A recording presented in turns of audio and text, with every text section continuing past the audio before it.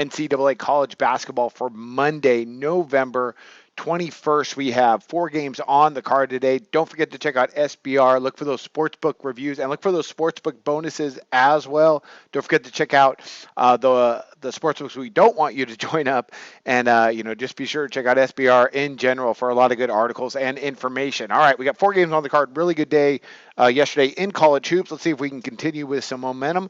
Here we go. Let's jump right in. We got Notre Dame, Colorado. This is in Brooklyn at the Barclays Center. And I'm going to go under the total here of 146. Now, when you think Notre Dame, you think Mike Brey, up tempo, and that is totally true. They were third in points per possession last year in the ACC. As well, defensively, they were 14th in points allowed per possession in the ACC. So not a really good defensive team, but this year they've done a really nice job. And I think the matchups here with the way Colorado rebounds, I don't see them getting over 146. They're going to score, and it's going to probably get close, but I don't think they're going to get over this number. Really good matchup. You got Notre Dame averaging 88 points per game. Colorado's averaging 82 points per game. Tempo's pretty good on both sides, but defensively, this is what I like from both these teams. So far, Notre Dame, they've been great. Granted, they haven't played much, but they're allowing just 59.3 points per game, as well as opponents are shooting. Excuse me one second. Sorry, wrong stat there. Colorado is allowing 59.3 points per game, but Notre Dame's right there too. They're allowing 53.7 points per game, even better. Colorado on the year, they're allowing opponents to shoot just 33.5% from the field. Now, granted, they haven't played much in LA, Louisiana Monroe and Seattle, Sacramento State. So they'll be much more challenged against Notre Dame. But still, Notre Dame, they're defending really well overall. They're allowing opponents to shoot just 33.3%. So I think this is going to be more a defensive game than people realize. Tempo is going to be decent. But at the end, Colorado can really rebound the ball. They're like 6th in the country in total rebounds per game. Yeah, that's a correct stat. And, Tad Boyle does just a nice job. They got a pretty good club this year, too. So that's going to be interesting. 3-pointers are going to be shot a lot, but I think they're going to be able to defend enough. So I'm going to go ahead and back under the total with Notre Dame and Colorado. All right, next one up.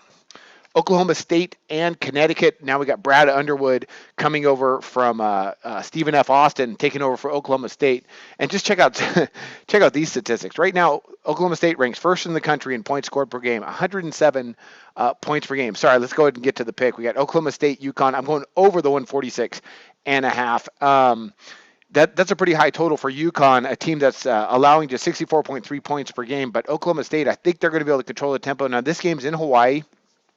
Connecticut's just been really wonky this year.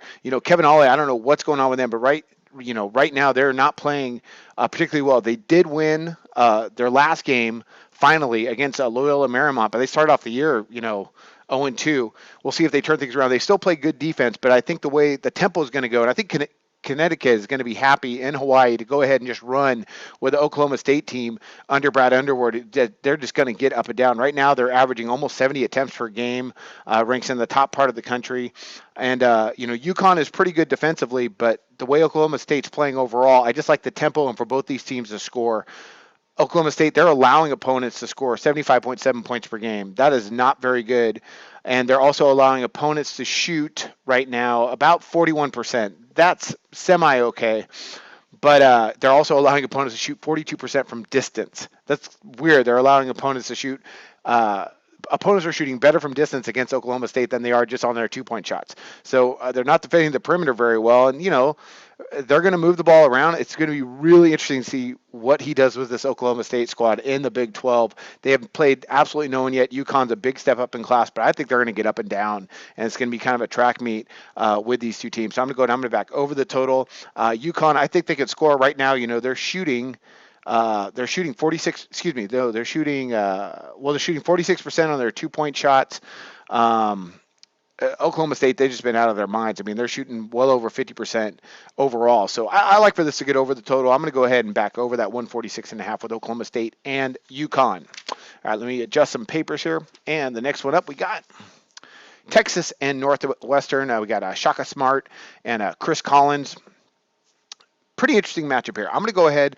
I'm going to back under the total of 142. I really like the way both these teams have played defense, and both these are really both these teams have really good coaches. Now, Texas last year were kind of in the middle of the Big 12 statistically, offensively and defensively. But so far this year, they've really ratcheted things up. They are really shutting guys down. Texas so far this year, they're allowing just 61.3 points per game.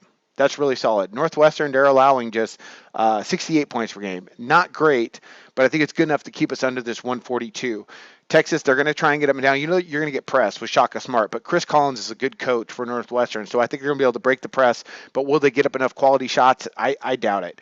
You got Northwestern, they're averaging 82.7 points per game, a little bit more than Texas, so both teams were averaging over 80, yet odds makers have set the total at 142, and the reason for that is because you got a team in Northwestern, they're allowing opponents to shoot overall just around 41%. That's pretty good. And Texas, they've been great. Right now, they're allowing opponents to shoot just 33.5%. That ranks in the top 10. Northwestern's going to struggle to score tonight to keep up with this. But I think they're going to do enough defensively to go ahead and keep us under this total. This is a pretty good matchup here. This is also the second game in the Barclays Center in Brooklyn after that Notre Dame Colorado game, excuse me. All right, and we got one more up on today. Let's switch my papers around here. And we got St. Louis versus BYU. Absolute track meet. Right now, odds makers have it at 160. I'm going over the total. I think BYU is going to dictate the tempo here. Now, this game's in Las Vegas, but you got BYU. They're number one in scoring in WCC last year. They're number one in possessions per game. You got Travis Ford now, former Oklahoma State guy, taking over for St. Louis, and he's more a defensive-minded coach. Last year in the Big 12, Oklahoma State, although they didn't perform very well, they were number 2 in scoring defense. However, this team, it seems like they're getting out and running a little bit, and I really think BYU is going to control the tempo. It's on a neutral floor. I like for these guys to get up and down. So far, St. Louis, they're averaging 75 points per game. You got BYU, of course, they're going to get up and down with Dave Rose, 86.3 points per game. And then you got, St. Louis, they're only getting up 56.7 attempts per game.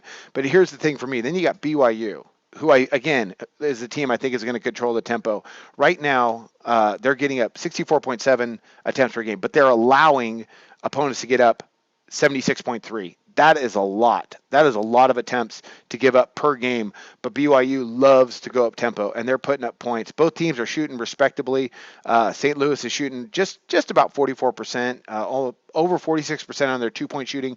And then you got BYU, as well. They're shooting about 47% from the field. They're just going to get up a lot of shots, and I think they're going to drop as well. So I'm going to go ahead, and I'm going to take over the total with BYU and St. Louis. All right, quick recap on these games here. We got Notre Dame, Colorado. I'm going under the 146. That's the one in the Barclays Center. Next one up is Oklahoma State and UConn. I'm going over the 146.5 in a game that I think Brad Underwood is going to control the tempo, and I think UConn's going to go ahead and run with them. That game's in Hawaii. Texas Northwestern under the 142. That's in the Barclays Center as well. I think Shaka Smart and Chris Collins, two good coaches. I think they're going to keep this pace reasonable, and Northwestern's going to struggle to score a little bit. And finally, St. Louis and BYU over the 160 in a game I think is going to be an absolute track meet. Those are our 4 NCAA picks today on the totals. Please go ahead and check out my NBA segment as well. Don't forget to check out SBR, and I wish you luck on your picks today. Go to SBRodds.com. Browse, compare, and shop live odds available at top online sportsbooks.